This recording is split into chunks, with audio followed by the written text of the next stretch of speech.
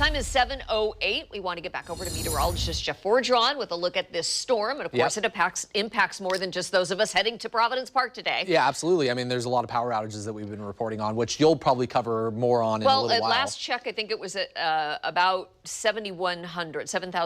That was the last time I looked, which is a little while ago. But yeah, I'll check again and we'll get you updated. Sounds good. Thanks, Deb. Look at the rain that we've already seen since midnight. Astoria has already exceeded 1.25 inches of rain. Again, that's just since midnight alone. That rain continues to pour in, and so does the wind. Look at the live look now from our Chinook Winds Casino Resort camera in Lincoln City. The wind is coming out of the south, gusting to nearly 50 miles per hour out there, sustained at 36 miles per hour, and it's also windy in the interior valleys. That's a live look from our Riverview Community Bank camera on top of the Portland Opera Building. PDX has recorded a wind gust at last check at 28 miles per hour, but I just checked around the metro area, and the Fremont Bridge around 6:30, about a half hour ago, recorded a wind gust of 52 miles per hour. That kind of exceeded our expectations for this wind event. There's still a high wind warning posted for the Oregon coast. It'll expire, actually, it's probably going to expire here in a little while up to the north, and by 1 o'clock it'll expire for the central Oregon coast. Generally speaking, winds are going to be gusting between 55 to 65 miles per hour out ahead of the cold front. A wind advisory is posted for the Willamette Valley. Generally, wind gusts will be in the ballpark of 35 to 45 miles per hour.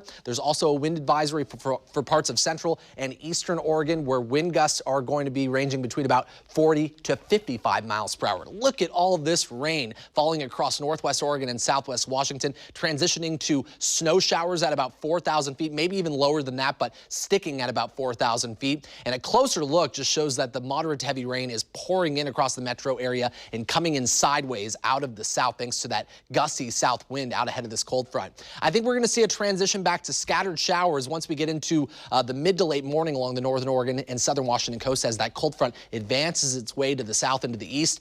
And hopefully around match time, we'll start to see a transition as well. But this particular forecast model has us socked in by the rain at 12 o'clock just for the start of the match, and continues the showers into the second half of the match as well.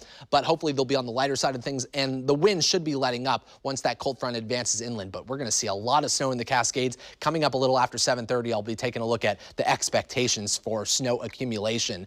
For the remainder of this rain event carrying into Sunday with on and off showers expected, we're probably going to see about 1 to 1.5 inches of rain across our western valleys and along parts of the northern Oregon and central Oregon coast, and the Cascade foothills and the Coast Range will probably end up exceeding 2 inches of rain. So the 7-day forecast shows really wet conditions for the next couple of days. It is going to be cooling down toward the end of the weekend and into next week.